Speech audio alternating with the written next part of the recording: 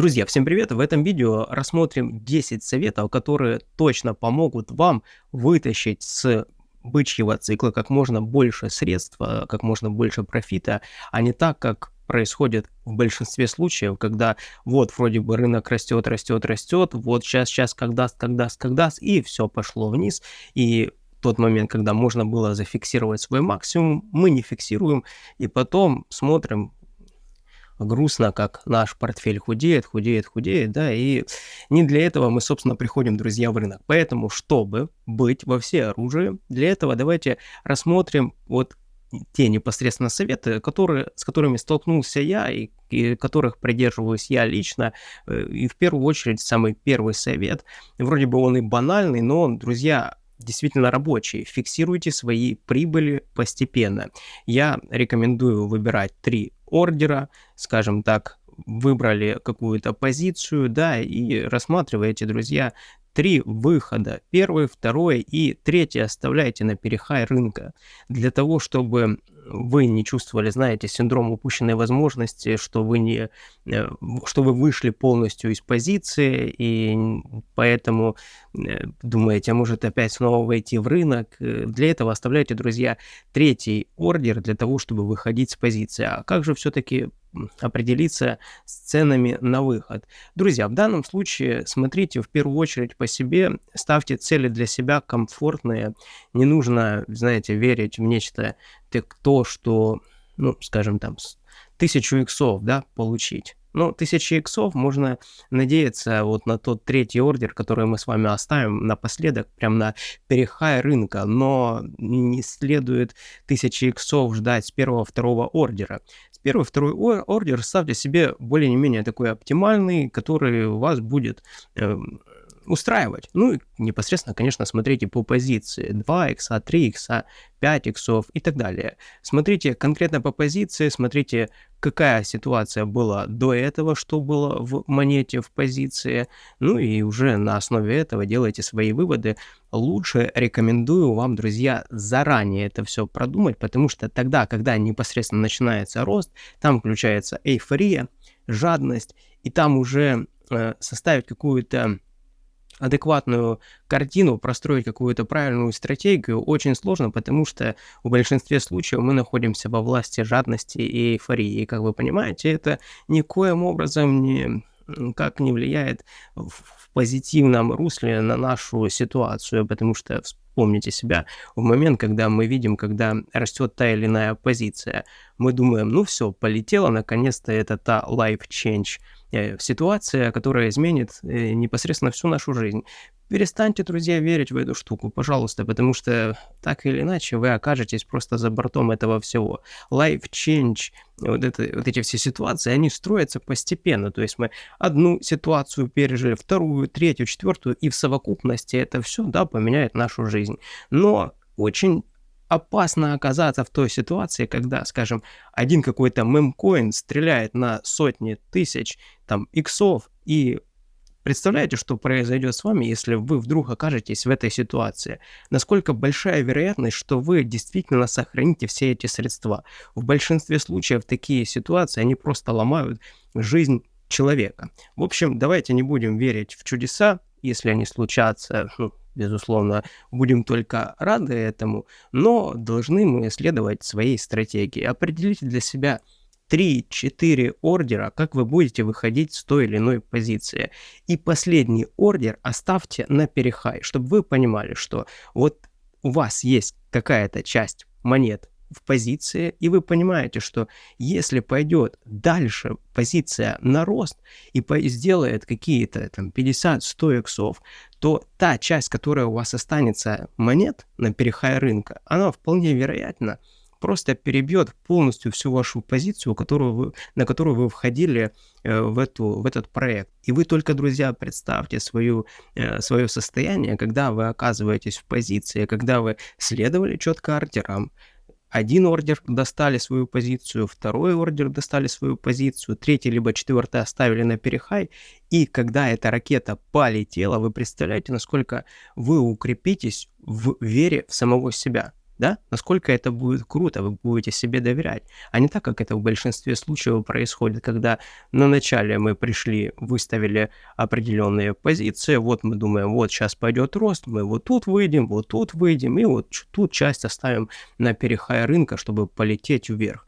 И как это происходит, думаем, да ладно, здесь не будем выходить, сейчас оно как иксанет, вот тут не будем выходить, сейчас как иксанет. И монета вместо того, чтобы полететь вверх, она идет спокойненько вниз, да, идет свою коррекцию, и все, мы плакали наши иксы. Чтобы такого не происходило, действуйте, друзья, по заранее запланированному плану.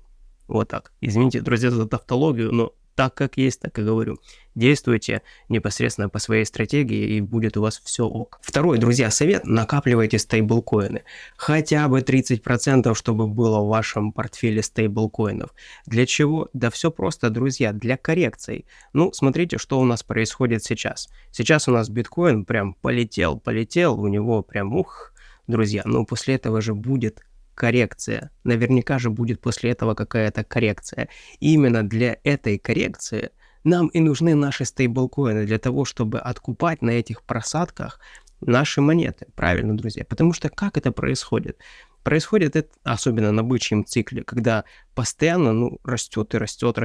Ну, смотрите, вот последний год, если так взять, да, то растет, даже если последний месяц просто растет и растет. И где откупать? Вот, друзья, вот непосредственно на таких просадках, да, где, видите, вот тут был биткоин у нас там 68 тысяч долларов, потом какая-то произошла у нас там манипуляция, и спустился он до 61 тысячи долларов. Но что делают в это время альткоины? Они сыпятся буквально на 20-30%. И как раз для этих целей, друзья, накапливайте стейблкоины, расставляйте ордера на покупки на монеты, для того, чтобы, не для того, чтобы, знаете, сидеть и думать, блин, упадет, не упадет, упадет, не упадет. Вы выбрали себе ряд определенных монет, определенных позиций, зашли спокойненько в эти позиции, порасставляли себе ордера, да, скажем, есть у нас какая-то позиция, растет себе, растет, а у нас стоят ордера тут, тут и тут. И как только будет какая-то просадочка, хватанет она все ордера и пойдет выше. Не все хватанет, может несколько хватанет, пойдет выше.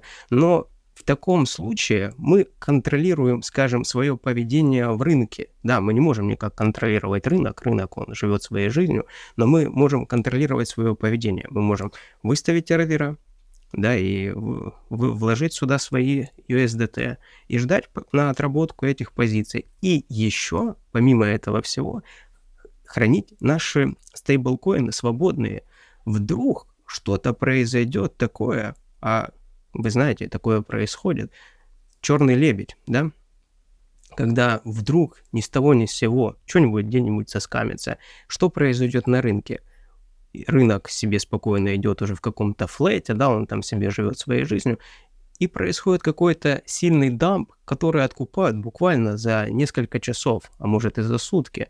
И чтобы не думать, какую там почку продать, какую квартиру продать, да, и так далее, чтобы не бегать, не искать проблем себе на свою голову, потому что как раз в такие моменты можно себе кучу создать проблем. Представляете?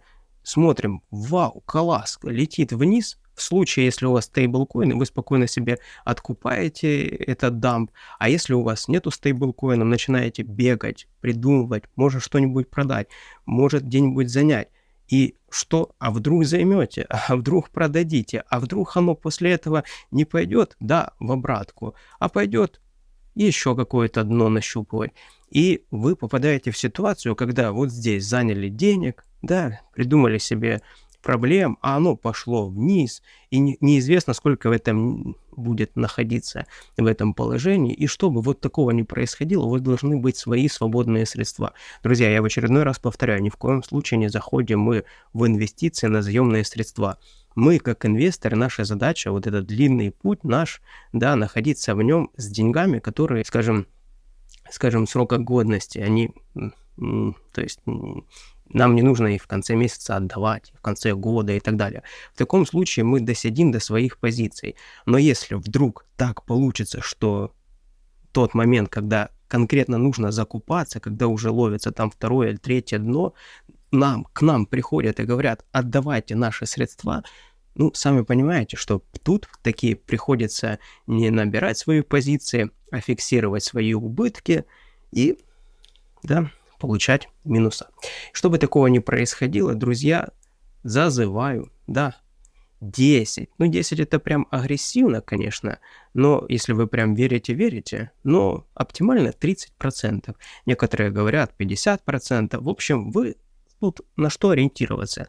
Здесь нету то, что точно работает. Вы вот просто слушайте себя и задавайте себе вопрос. Вам комфортно находиться в рынке с такими там деньгами, допустим, 30% свободных USDT, 50%? Вот себе задавайте вопрос, и отвечая на этот вопрос, вы найдете какую-то цифру. 10, 20, 30, 40, 50%. Ответ находится только у вас, но самое важное, чтобы эти свободные средства были, как я уже сказал, для чего? Чтобы мы откупали всякого рода дампы. Да, и свободно чувствовали себя в рынке, как бы он себя не вел, шел он вверх, шел он вниз, то понимаете, что мы должны быть здесь в расслабленном состоянии, а не напряжены, сидеть, знаете, будто бы сейчас наша судьба решается. Если находиться в такой ситуации, что решается будто наша судьба, не ждите профита, ждите проблем, потому что вы зафиксируете точно не там, где нужно, потом будете жалеть об этом, потом будете 300 раз перезаходить в ту или иную позицию. И чтобы такого, друзья, не происходило, определите для себя процент свободных USDT и потом при следующем уже пополнении своего баланса, да, со средств там, заработанных и так далее, пополняйте USDT и дальше уже распределяйте по своим выбранным проектам, по выбранным позициям. И будет, друзья, вам спокойно. И дождетесь вы своих и цены на продажу, и на покупку, и будет все ок. Третий совет. Обращайте, друзья, внимание в первую очередь на те монеты, которые начинают показывать рост с начала самого бычьего цикла. Те монеты, которые начинают расти, да, вместе с бычьим циклом, зарождением бычьего цикла. Вот там есть реально потенциал. Отследите вот эти монеты, друзья, и смотрите на них, ну, не то, что прям в первую очередь, но не убирайте с них свой фокус, потому что там, как правило, судя по прошлым бычьим циклам, там, как правило, зарождается очень много иксов, поэтому не... Знаете, если вы попадаете в ситуацию, что вдруг вы оказываетесь в начале зарождения бычьего цикла в монетах, которые вот нормально держатся и еще и растут, ну, не стоит из них выходить. Да, вспоминаем первый наш совет, мы определяем ордера на выход по ним, да, и спокойно находимся в них, не паримся, пусть они будут. Вот, кстати, знаете, не нужно... вот это вот проявлять такую штуку, такую, знаете, у вас есть там на 50, 20, 30 долларов, где-то вы как-то получили какие-то монеты и думаете, блин, может усилить какую-то позицию, да, продать вот эти, что там, 30 долларов.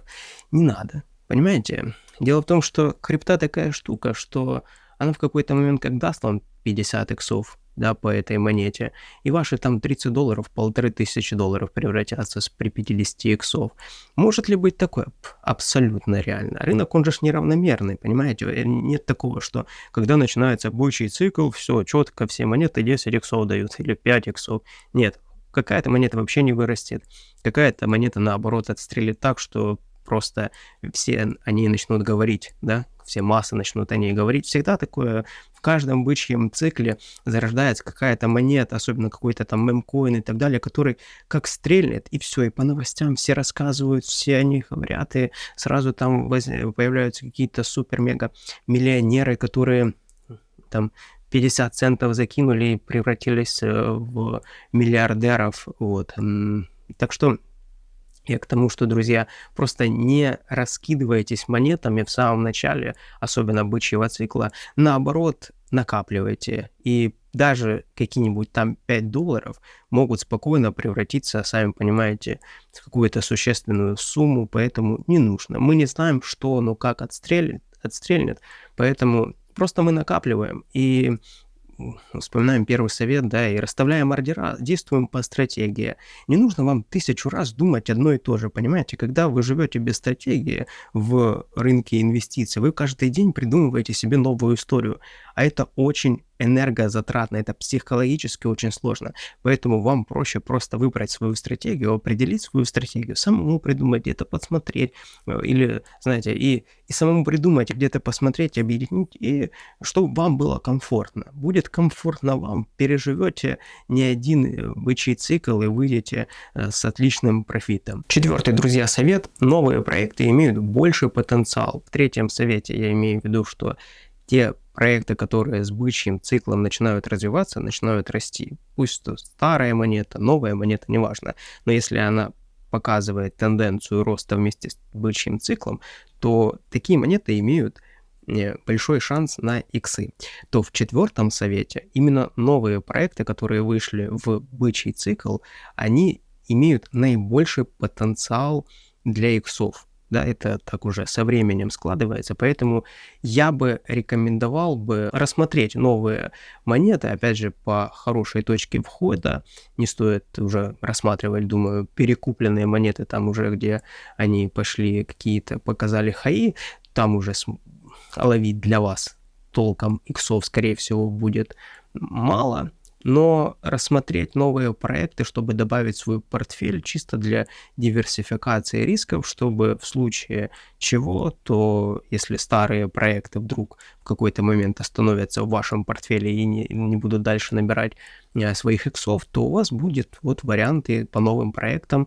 Поэтому рассмотрите, друзья, новые проекты, потому что они имеют наибольший потенциал роста в бычий цикл. Это не правило, но смотря по прошлым годам, как происходило, то в этом есть, друзья, смысл. Поэтому четвертый совет. Смотрим на новые проекты, там могут быть также иксы. Пятый совет – диверсификация нашего портфеля. То есть не нужно вкладываться в один актив, не нужно вкладываться в одно только направление. Вот это, друзья, нет, таким не нужно заниматься. То есть у нас должно быть там направление GameFi сектор, направление фундаментал, биржевые токены, направление, пусть будут те же самые NFT-шки, пусть будет направление искусственного интеллекта и так далее, и так далее. И в каждом направлении мы еще диверсифицируем свой портфель по отдельным активам. Тут у нас там по чуть-чуть.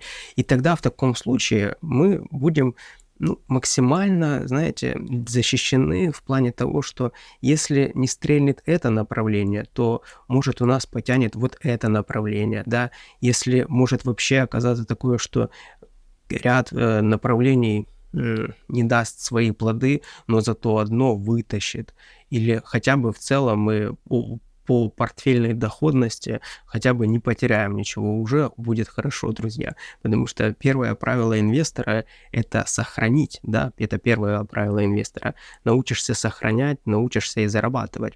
Поэтому очень важно диверсифицировать свои риски, не оказываться зависимым от одного чего-то, потому что это всегда плохо. Это не только в криптовалюте, это в целом по жизни, когда ты конкретно от чего-то зависишь, что это приводит к каким-то нежелательным проблемам. Знаешь, ты уже начинаешь с эмоциями к делу подходить, потому что начинаешь верить, начинаешь уже придумывать себе лишнее. Это не нужно. Поэтому, друзья, диверсифицируем свой портфель. Нам важно, чтобы мы максимально диверсифицировали свои риски и быть уверенным в своем портфеле до тех пор, пока ты сам себе не ответишь, что все, я спокоен, я понимаю, отдаю себе отчет, что, скажем, я в нынешней фазе рынка с данным портфелем чувствую себя спокойно. И это, друзья, многого стоит, дорогого стоит. Обращаем на это внимание. Следующий, шестой совет – следите за трендами. Смотрите, что происходит сейчас на рынке. Допустим, сейчас там стреляют мемкоины, да, сейчас оптимальное время там набирать портфель мемкоинами. Я не знаю, когда вы будете смотреть это видео, и я не привязываю сейчас к времени, а в целом пытаюсь сейчас донести такие, знаете, базовые, понятные вещи. Скажем, там, допустим, искусственный интеллект, да, и смотрите, куда идет тренд.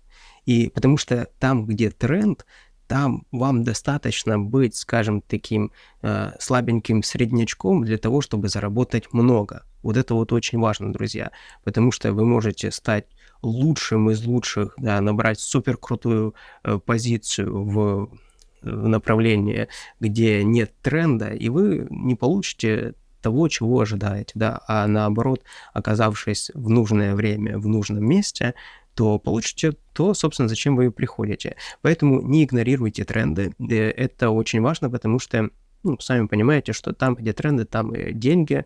Если сейчас тренд там искусственный интеллект, значит, рассматривайте активы недооцененные именно там. Да, в какой-то момент, может, там станут кошельки набирать тренды, там где-то IDO направление, где-то еще. В общем, смотрите, держите руку на пульсе, смотрите, где что потенциально может выстрелить, и потихоньку по стратегии набирайте себе позицию не спеша, и в таком случае у вас будет нормальная ситуация по портфелю и в целом по ощущениям на рынке, потому что вы будете, у вас не будет вот этого, знаете, фома, да, синдрома упущенного возможности, когда вы думаете, блин, а вдруг оно стрельнет, а вдруг нет, а вдруг нет. Если так считаете, у вас есть свободные стейблкоины для этого, если вы следуете советам, и в таком случае вы там на маленький процент от портфеля войдете в какую-то позицию, вы будете уже в рынке.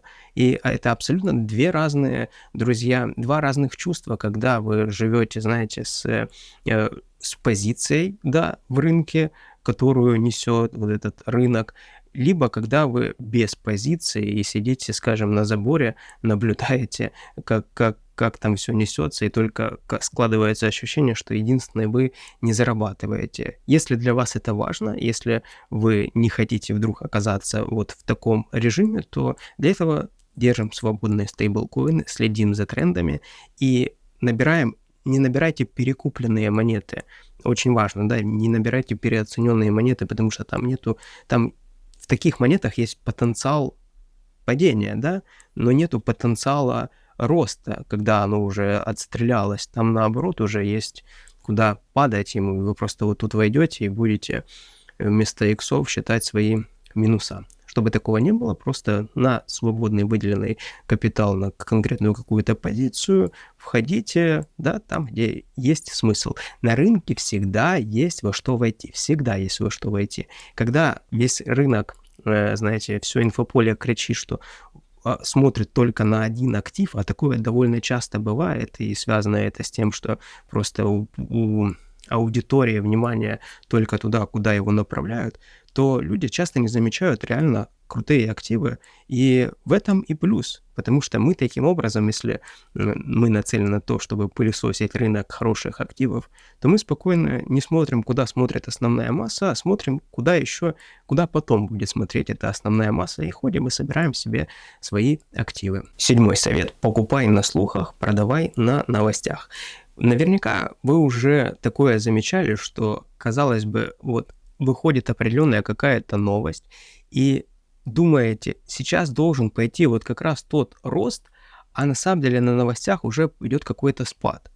Вы наверняка такое видели, то же самое было с ETF на биткоин, когда уже рынок заложил этот ETF на биткоин в цену того же биткоина, и когда вышла уже непосредственно новость о том, что ETF на биткоин приняли, то цена пошла вниз.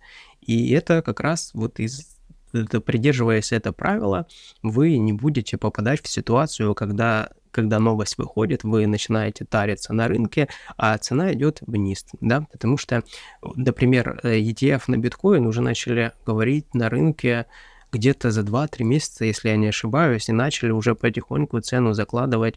Первые пошли пампы на этих слухах по биткоину, такие цены пошли расти, а уже непосредственно, когда вышла новость, цена пошла падать.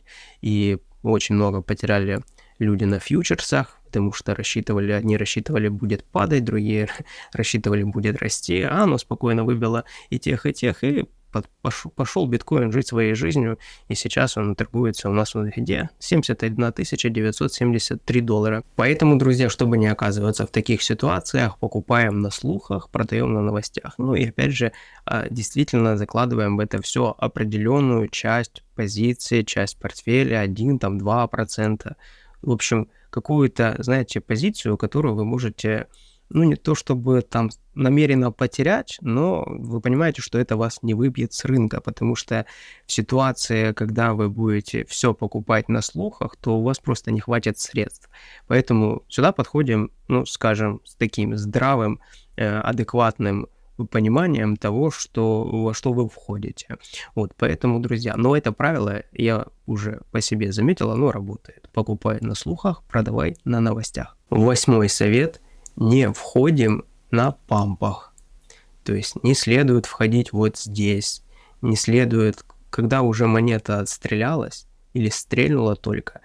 Если вы очень хотите войти, то дождитесь вот этой вот коррекции, и уже на коррекции, друзья, войдите, и тогда у вас будет больше будет вероятности, что вы наберете нормальную позицию, не будете переживать, и дальше, возможно, монета пойдет вверх.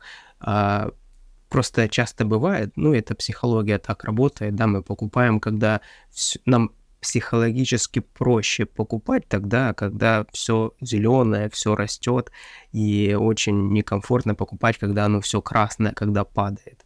И поэтому, когда мы видим, что вот началось, сейчас летит, часто в основном это происходит так. Мы как раз-таки вот этот период, да, когда монета шла там в накоплении, долго, но находилась, мы этот весь период не видели.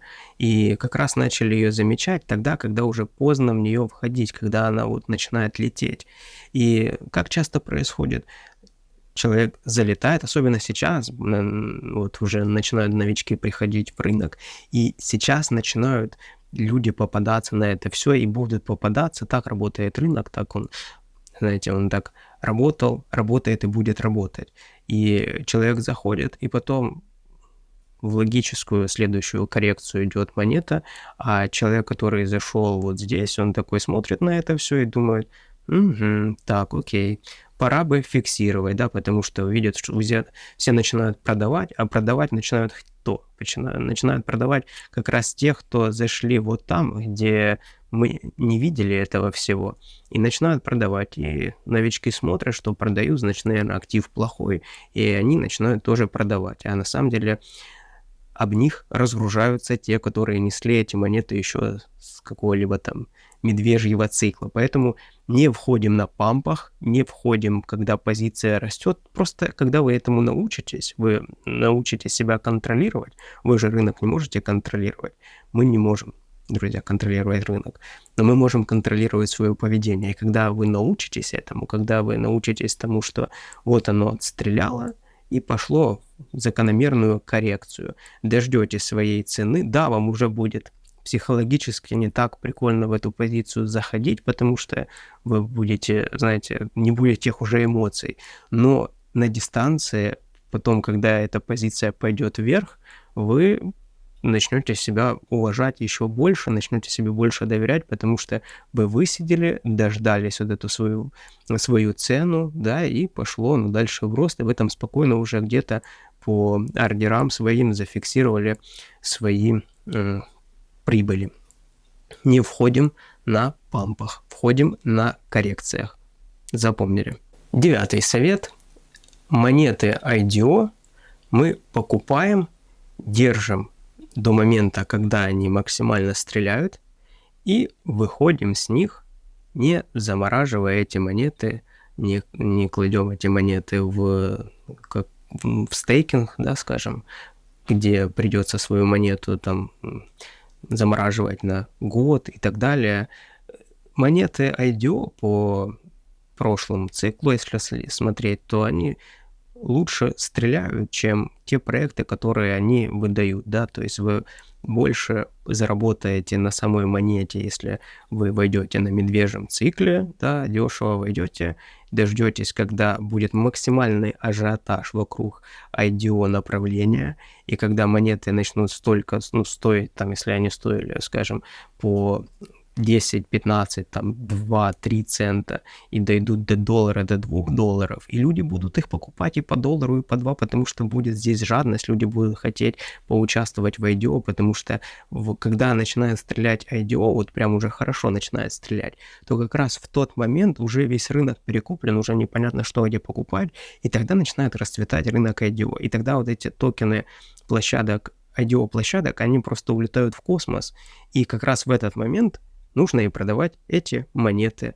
а не если вы застейкаете, скажем, на год, ну, площадки же специально их стейкают для того, чтобы замораживают надолго, для того, чтобы в тот момент, когда будет пиковая цена по тем проектам, они же не потеряли полностью всю свою стоимость, да, чтобы как раз в этот момент нагребсти себе тех людей, которые войдут в этот проект, и потом будут там сидеть уже, пусть выходят на медвежьем цикле по центу, по 2 цента. Мы так не делаем, мы уже знаем, как это работает, поэтому в данном случае просто, если у вас есть монеты IDO-площадок, дождитесь пика рынка, и на пике рынка их скиньте, а потом дождетесь, когда уже будет бычий медвежий цикл.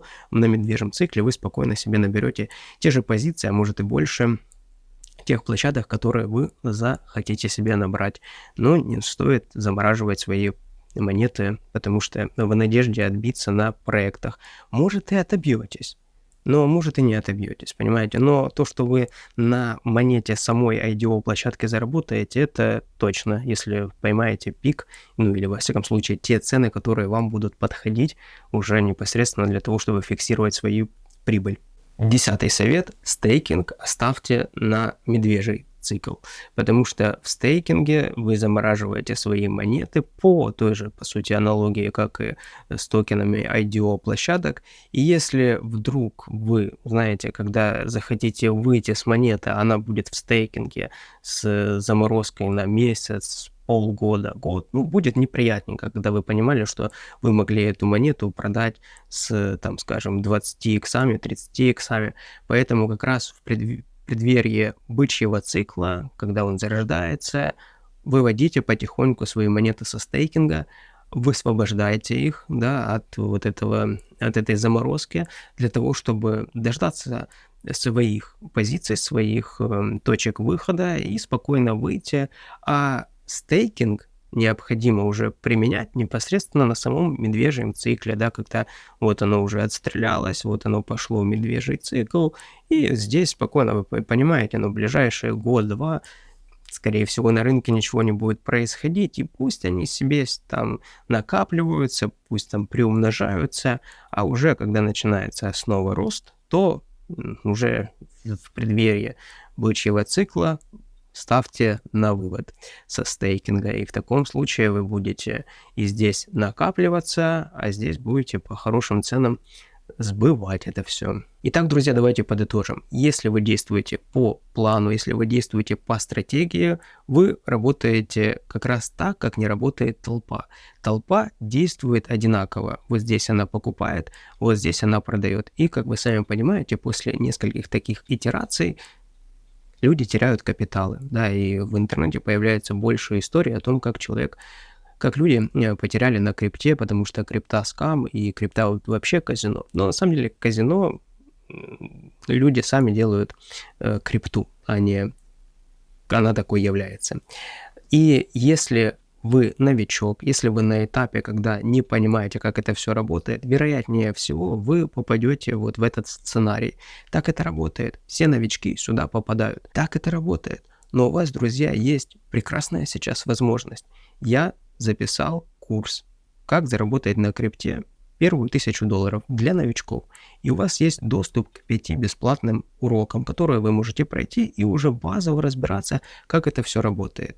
Также приглашаю в мой секретный дневник активов. Это то место, где я показываю свои сделки, показываю, в какие позиции я вхожу, и у вас будет доступ к таблице с активами, где у вас будет точки входа. Вот мы возьмем актив, да, и тут есть точки входа, есть точки выхода с этого актива, и вы уже определяетесь, так, окей, на какой позиции мы находимся, следует в этот актив сейчас входить, или он уже переоценен и нет смысла входить. То есть ту ошибку, которую допускают большинство, когда приходят в рынок, видят актив растет, они заходят туда, не понимая, что он уже перекуплен, и чтобы в такую ситуацию не попадать, у вас будет доступ к таблице с сотнями проектов, в которые я сам вхожу и показываю, по каким ценам стоит входить, а по каким ценам не стоит входить. Также вы будете иметь доступ к 3 портфелям на выбор. Первый портфель, второй портфель, третий портфель.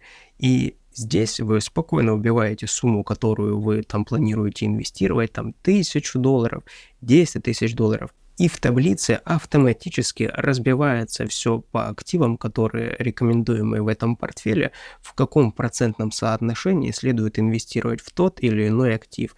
И рядом у вас стоят цены, по которым вам рекомендуется входить, по которым вам рекомендуется выходить. И у вас, в общем, есть просто понятная, ясная, четкая дорожная карта. Это та стратегия, на которую я сам лично опираюсь. Я непосредственно ей с вами, друзья, и делюсь.